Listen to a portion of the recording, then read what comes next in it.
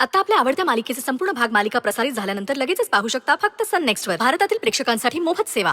बाबाराव खोत आहेत ते. त्यांचं सगळं बोलणंच जिवारी लागतं. तमाशा करण्याची संधीच सोडत नाहीत ते खोत.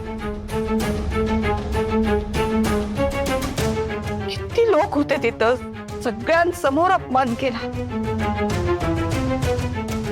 संताप होत होता ना जीवाचा. हे खोत असं का करतात? नायकांची मुलगी, मी ह्यांचा काय संबंध मध्ये?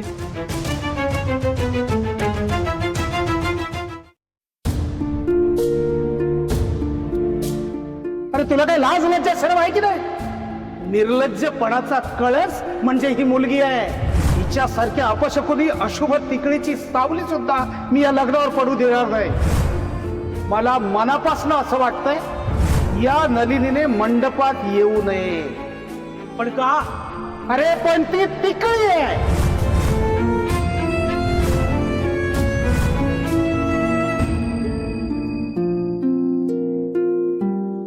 शंभू महादेवा, मी कधीच कोणाचं काहीच वाईट केलं नाही. सगळ्यांशी चांगलं वागले, तरी नेहमी माझ्या सोबतच का वाईट होतं?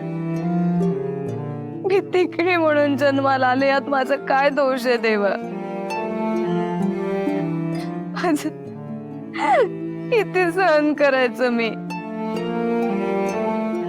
मुद्दामून खोतांनी मला दादाच्या लग्नापासून दूर ठेवलं.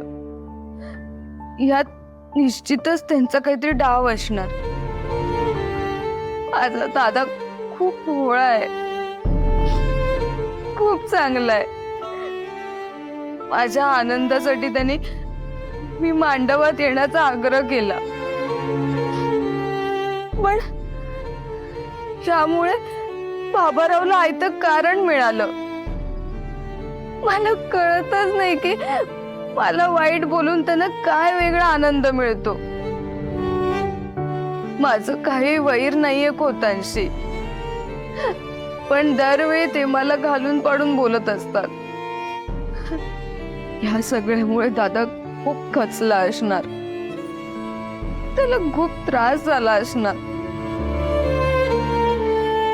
शंभू महादेवा, दादाचं लग्न निर्विघ्नपणे पार पडू दे. काही अडथळे असतील तर दूर कर देवा. शंभू महादेवा, जोपर्यंत दादा लग्न करून आनंदाने घरी येत नाही,